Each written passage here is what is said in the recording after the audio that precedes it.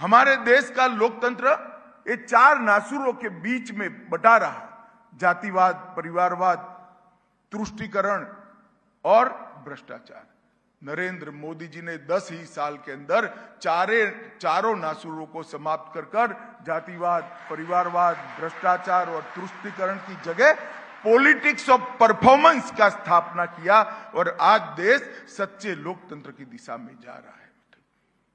देश का जनादेश न जातिवाद से प्रभावित होना चाहिए, न तुष्टीकरण से प्रभावित होना चाहिए, न परिवारवाद से युक्त होना चाहिए, न भ्रष्टाचार के पैसों से जनादेश को खरीदा जा सकता है।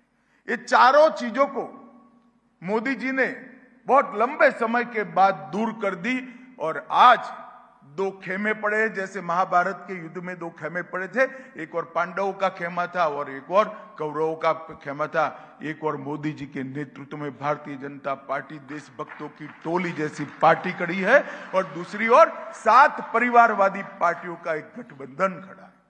ये कौन है इंडिया गठबंधन? कौन है इंडी गठबंधन? कौन है घमंडिया गठबंधन?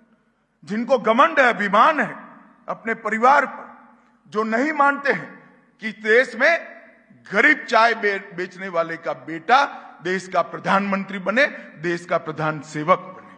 वो ऐसा मानते हैं कि प्रधानमंत्री पद धाती है उन लोगों की जो एक परिवार में, बड़े परिवार में जन्म लेते हैं। पूरे 7 पार्टियों का एनालिसिस करिए। सोनिया गांधी अपने बेटे को प्रधानमंत्री बनाना चाहती हैं, शरद पवार जी अपनी बेटी को मुख्यमंत्री बनाना चाहते हैं, ममता बनर्जी अपने भतीजे को मुख्यमंत्री बनाना चाहते हैं, लालू जी अपने बेटे को मुख्यमंत्री बनाना चाहते हैं, स्टालिन भी अपने बेटे को मुख्यमंत्री बनाना चाहते हैं और मुलायम सिंह जी के बेटे मुख्यमंत्री बनकर फिर से मुख्यमंत्री बनना चाहते हैं।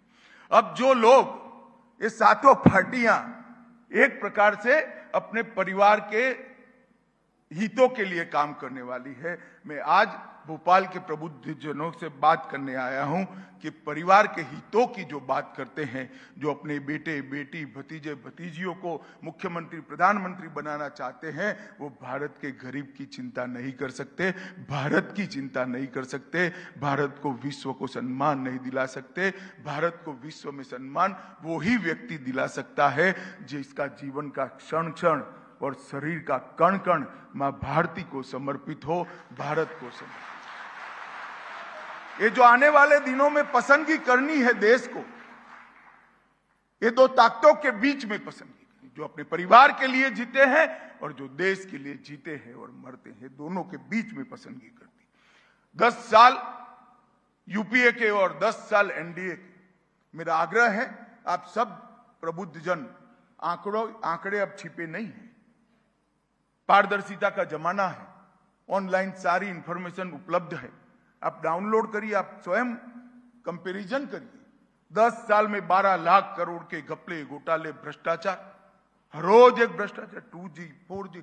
आप खेल देखो तो भ्रष्टाचार, सेना देखो भ्रष्टाचार, एयरबेस देखो तो भ्रष्टाचार, पनडुब्बी में भ्रष्टाचार, हेलीकॉप्टर में भ्रष्टाचार, अंतरिक्ष में भ्रष्टाचार, पाताल में कोयले की खदानों में भी भ्रष्टाचार। आकाश, पाताल, सागर, अंतरिक्ष, सभी जगह भ्रष्टाचार कर ये 10 साल शासन किया और नरेंद्र मोदी पर 10 साल में 4 आने के भी भ्रष्टाचार का कोई आरोप नहीं कर सकता। इस प्रकार का शासन, ये दोनों के बीच में हमने किस प्रकार का शासन था। देश असुरक्षित था, देश की माताएं, बहनें, बच्चियां असुरक्षित महसूस करती थी, देश की सीमाएं सुरक्षित। आए दिन पाकिस्तान से आकर लोग बम धमाके कर भाग जाते थे, पेट का पानी नहीं हिलता था, चुपचाप रहते थे वोट बैंक की लालच में। हजारों लाखों करोड़ के घपले घोटाले करे, अर्थतंत्र रसाताल में गया था, देश का सम्मान पाताल तक नीचे गया था। और ये 10 साल में क्या हुआ? एक भी भ्रष्टाचार का आरोप नहीं है, किसी की हिम्मत नहीं है भारत की सीमाओं के सामने आंख उठाकर। और अगर किसी ने हिम्मत करी भी तो सर्जिकल स्ट्राइक और एयर स्ट्राइक कर इनके घर में घुसकर आतंकवादियों को समाप्त करने का काम।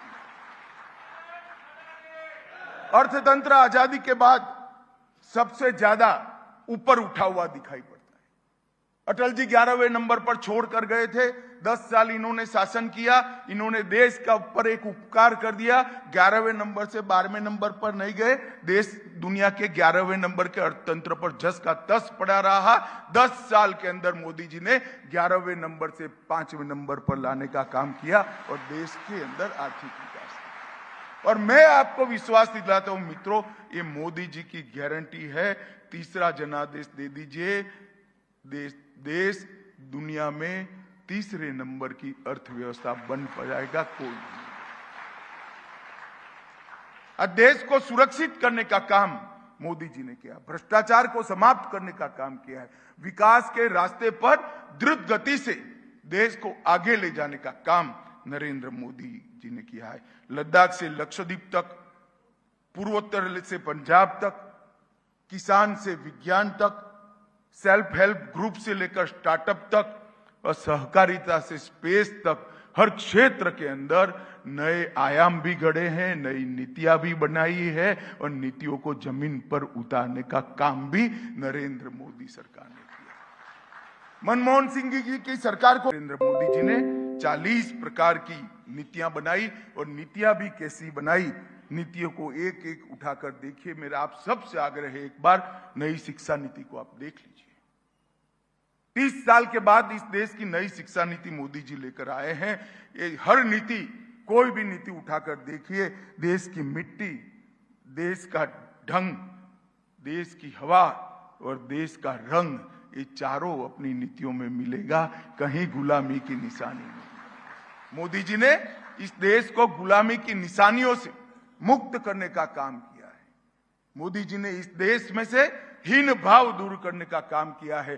भारत सब कुछ कर सकता है, भारत विश्व में सर्वप्रथम बनने के लिए है और यही स्थान, इस स्थान पर अधिकार अगर किसी एक देश का है तो भारत का है। ये आत्मविश्वास बनाने का काम नरेंद्र मोदी जी ने किया। हम दुनिया की सबसे पुराना लोकतंत्र है और हम दुनिया का सबसे बड़ा लोकतंत्र है। हमारा दायित्व है कि लोकतंत्र के इस महान पर्व के अंदर हम जनादेश को पूरी सूझबूझ के साथ बनाएं। हम किसी नेता या किसी पार्टी के खोखले वादों के आधार पर न जाएं। पार्टी ऐसी चुने जिसने जो वादे किए हैं पूरे किए। पार्टी ऐसी चुने जिसने जो कहा है वो करती है और पार्टी ऐसी चुने जिसमें भविष्य देखने की मादा हो, भविष्य की कल्पना करने का मादा हो, भविष्य का लक्ष्य तय करने का।